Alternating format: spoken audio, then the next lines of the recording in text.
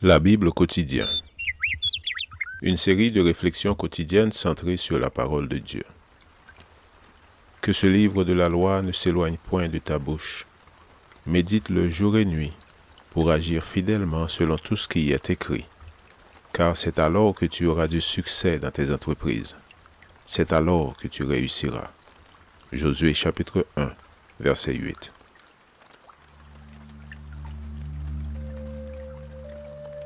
Aujourd'hui, le 29 décembre, la grande et sainte cité de Jérusalem.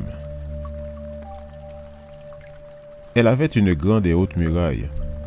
Elle avait 12 portes, et sur les portes, 12 anges. Des noms y étaient inscrits, ceux des 12 tribus des fils d'Israël. Apocalypse chapitre 21, verset 12. La grande et sainte cité de Jérusalem, où tous les chrétiens espèrent bientôt rencontrer Jésus, est déjà construite. Avant l'ascension du Seigneur, Jean avait entendu sa promesse. « Je m'en vais vous préparer une place. » Jean 14, verset 3. Plusieurs dizaines d'années plus tard, prisonnier à Patmos, il vit en vision la cité déjà achevée. C'est une ville de 12, comme le dit Mervyn Maxwell. La cité a 12 portes, 3 à chacun de ses 4 côtés. Ces portes sont faites de grandes perles translucides, avec un ange gardien devant chacune d'elles. Chacune des 12 portes arbore le nom de l'une des 12 tribus d'Israël. La ville possède 12 merveilleuses fondations, faites de pierres précieuses. Sur chacune des 12 fondations, il est écrit le nom de l'un des 12 apôtres. Peut-on s'imaginer l'émotion de Jean quand il vit son propre nom écrit sur l'une des 12 fondations?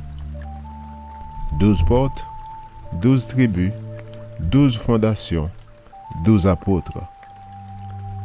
Il y en a qui croient que le chiffre 12 est important dans la Bible en tant que chiffre du royaume.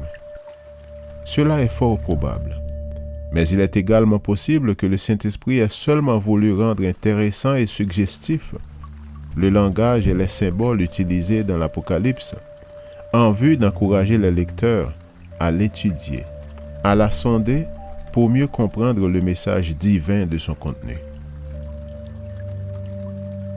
Le tableau est celui d'une ville antique avec des murs et des portes, concept familier au prophète.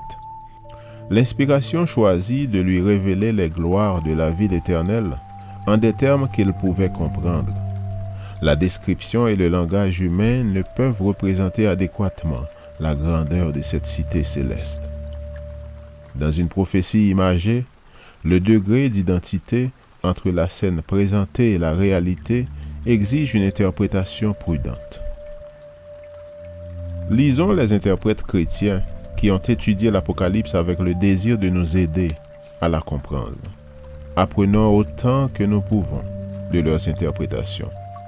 Toutefois, il y a quelque chose que nous savons avec une pleine certitude, c'est qu'il existe une merveilleuse cité, préparée et destinée à être la demeure éternelle des rachetés du Seigneur. Amen. En nous approchant de la fin de cette année, assurons-nous que notre nom figure sur la liste des habitants de cette sainte cité. Amen. Lecture de la Bible pour aujourd'hui dans l'Ancien Testament, Zacharie chapitre 13 et 14. Et dans le Nouveau Testament, Apocalypse chapitre 21. Merci d'avoir écouté. Je vous souhaite de passer une excellente journée avec Jésus. À la prochaine!